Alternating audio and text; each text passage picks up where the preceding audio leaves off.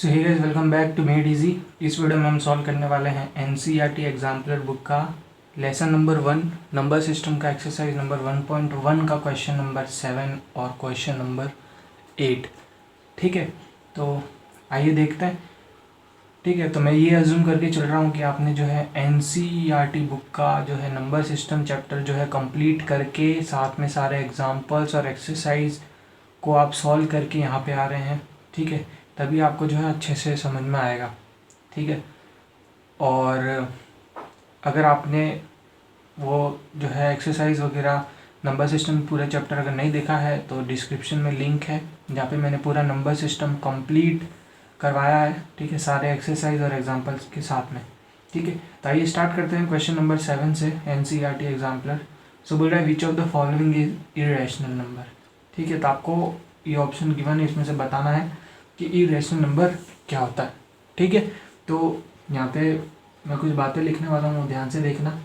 ठीक है, तो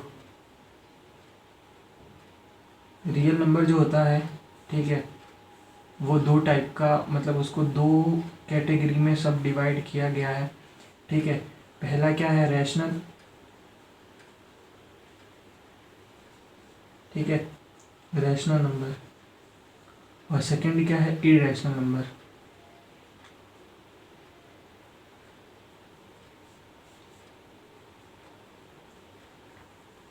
ठीक है, तो आपको इरेशनल नंबर पता करना है। ठीक है, तो अगर आपने डेसिमल एक्सपांशन, ठीक है, डेसिमल एक्सपांशन अगर पढ़ा है,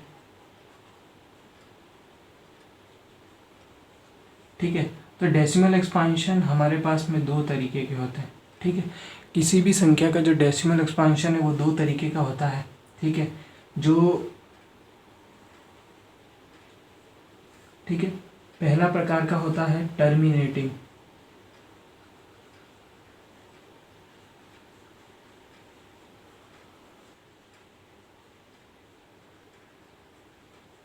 क्या होता है, टर्मिनेटिंग। ठीक है, और दूसरा होता है नॉन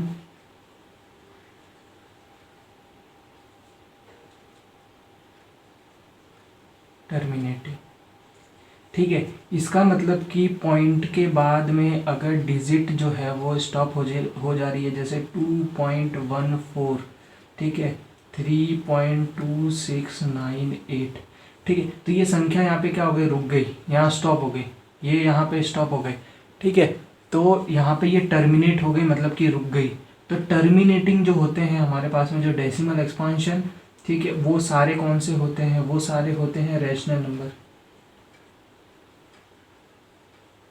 कौन से होते हैं, रैशनल नंबर होते हैं। ठीक है, तो ये आपको पता है। अब जो है नॉन टर्मिनेटिंग, ठीक है, तो जो हमारा डेसिमल एक्सपांशन है पॉइंट के बाद में, या तो वो क्या करेगा कि तीन केस हो सकते हैं, या तो वो रुक जाएगा या फिर वो आगे बढ़ता रहेगा।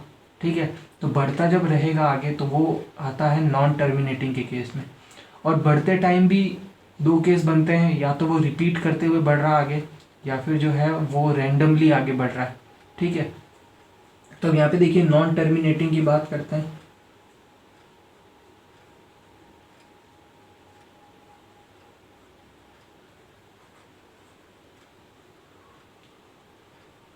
ठीक है, तो नॉन टर्मिनेटिंग के अंदर भी कितने, दो केस होते हैं। ठीक है, फर्स्ट क्या होता है, रिपीटिंग।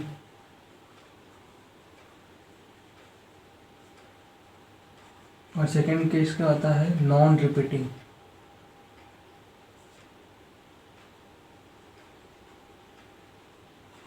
ठीक है, इनको आप रिकरिंग भी बोल सकते हैं। तो दो टाइप के होते हैं, नॉन टर्मिनेटिंग, डेसिमल एक्सपांशन भी। ठीक है, तो इसमें से जो ये वाला जो हमारा होता है, ठीक है, इसको हम बोलते हैं, ये हमारा जो है रैशनल नंबर होता है। ठीक है, और ये हमारा क्या होता है, इरेशनल नंबर।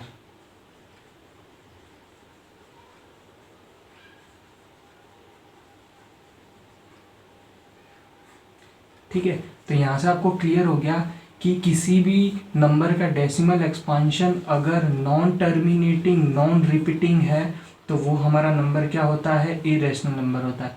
लेकिन अगर किसी डेसिमल एक्सपांशन का जो है, किसी भी नंबर का डेसिमल एक्सपांशन जो है अगर टर्मिनेटिंग है तो वो रैशनल नंबर होगा, और अगर वो बाय चांस नॉन टर्मिनेटिंग है और फिर नॉन टर्मिनेटिंग में अगर वो रिपीटिंग है तो भी वो रैशनल नंबर होगा। तो यहाँ से हमको क्लियर हो गया कि टर्मिनेटिंग और नॉन टर्मिनेटिंग रिपीटिंग हमारे रैशनल नंबर होते हैं, और नॉन टर्मिनेटिंग नॉन रिपीटिंग हमारे इरेशनल नंबर होते हैं। अब इसी कंसेप्ट का यूज़ करते हुए आइए अब हम जो है क्वेश्चन पे बढ़ते हैं।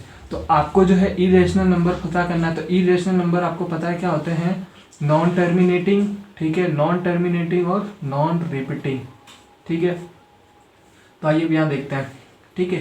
तो 0.14 हो गया, मतलब ये यहाँ पे टर्मिनेट हो गया, मतलब कि ये क्या है, ये एक रैशनल नंबर है, ठीक है। और रैशनल नंबर क्यों है आपको पता है, ठीक है। अब यहाँ देखिए ये क्या होता है कि 0.14 और 16 के ऊपर ये क्या लगा हुआ है, बार लगा हुआ है। इसका मतलब क्या होता है 0.14 16 ऐसे करते हुए बढ़ रहा है।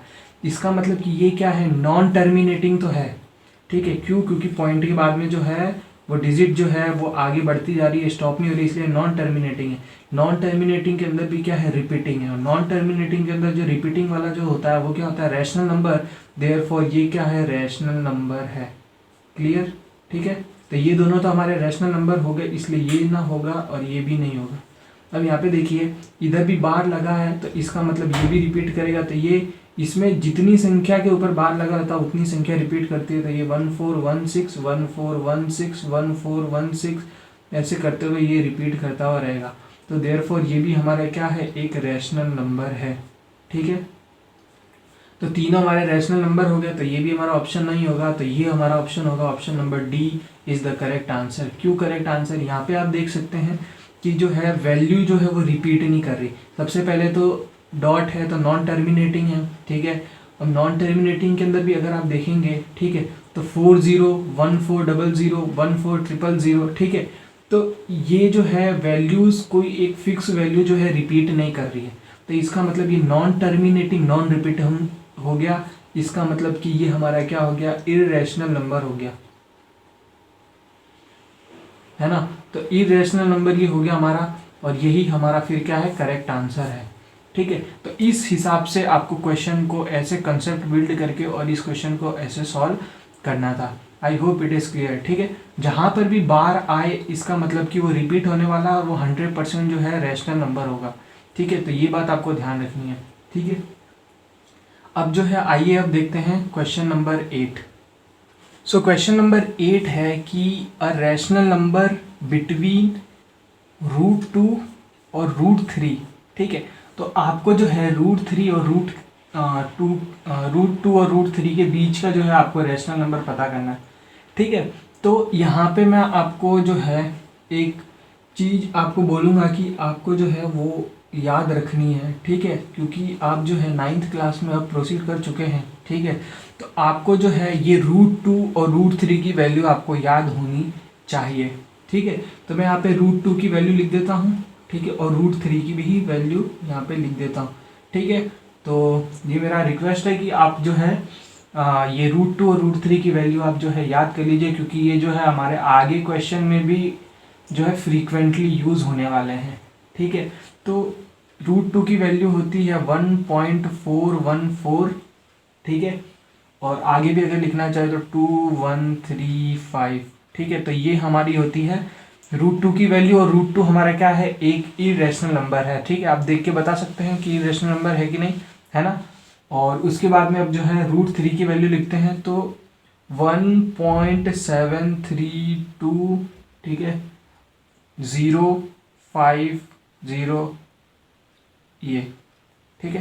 तो आप सिर्फ इतना याद रखिए, √2 की वैल्यू होती है 1.414 और √3 की वैल्यू होती है 1.732, ठीक है। तो ये दो वैल्यू आप याद रखिए, फ्रीक्वेंटली आपको जो है यूज़ होने वाली है, ठीक है। तो अब आइए देखते हैं कि इसमें से कौन सा रैशनल नंबर है जो √2 और √3 के बीच में है। इसका मतलब क्या कि 1.4 और 1.7 के बीच में कौन सा इसमें से रैशनल नंबर है।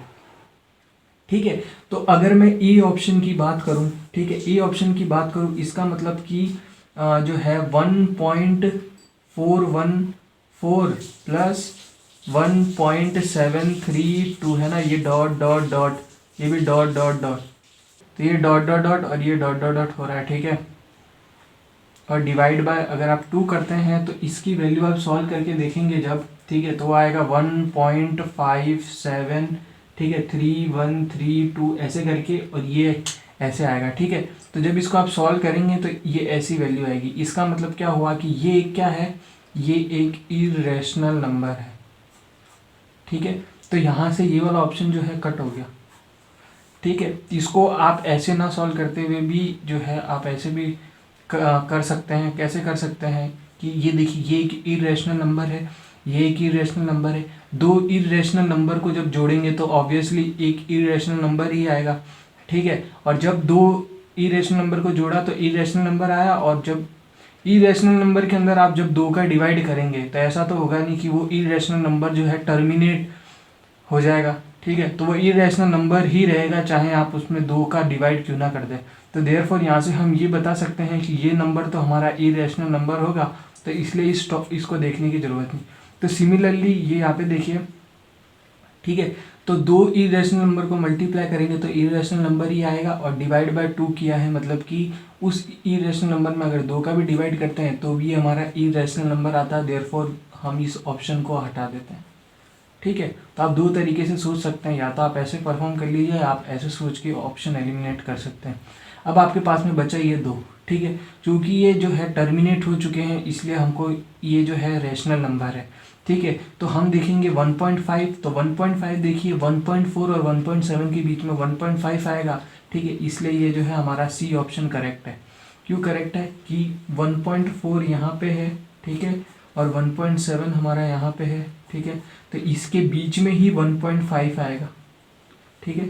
तो 1.5 इधर ही बीच में आएगा, देयरफॉर इन दोनों के बीच में जो है वो कौन सा रैशनल नंबर है, 1.5 है।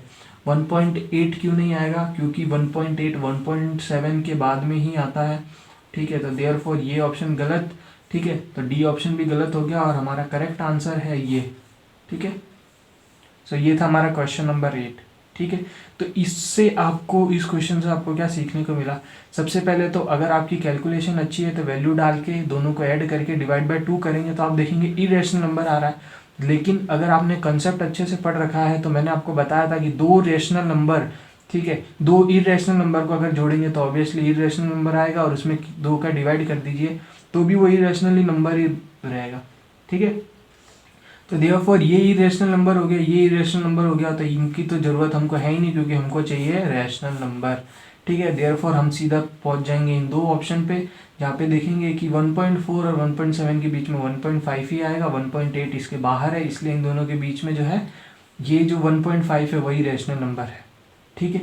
तो ये थे क्वेश्चन नंबर 7 और क्वेश्चन नंबर 8, ठीक है, एक्सरसाइज नंबर 1.1 के, ठीक है। सो आई होप आपको वीडियो अच्छी लगी हो, अच्छी लगी है, ठीक है। अगर अच्छी लगी है तो लाइक करिए, चैनल को सब्सक्राइब करिए, दोस्तों के साथ में शेयर करिए। थैंक यू, मिलते हैं नेक्स्ट वीडियो में।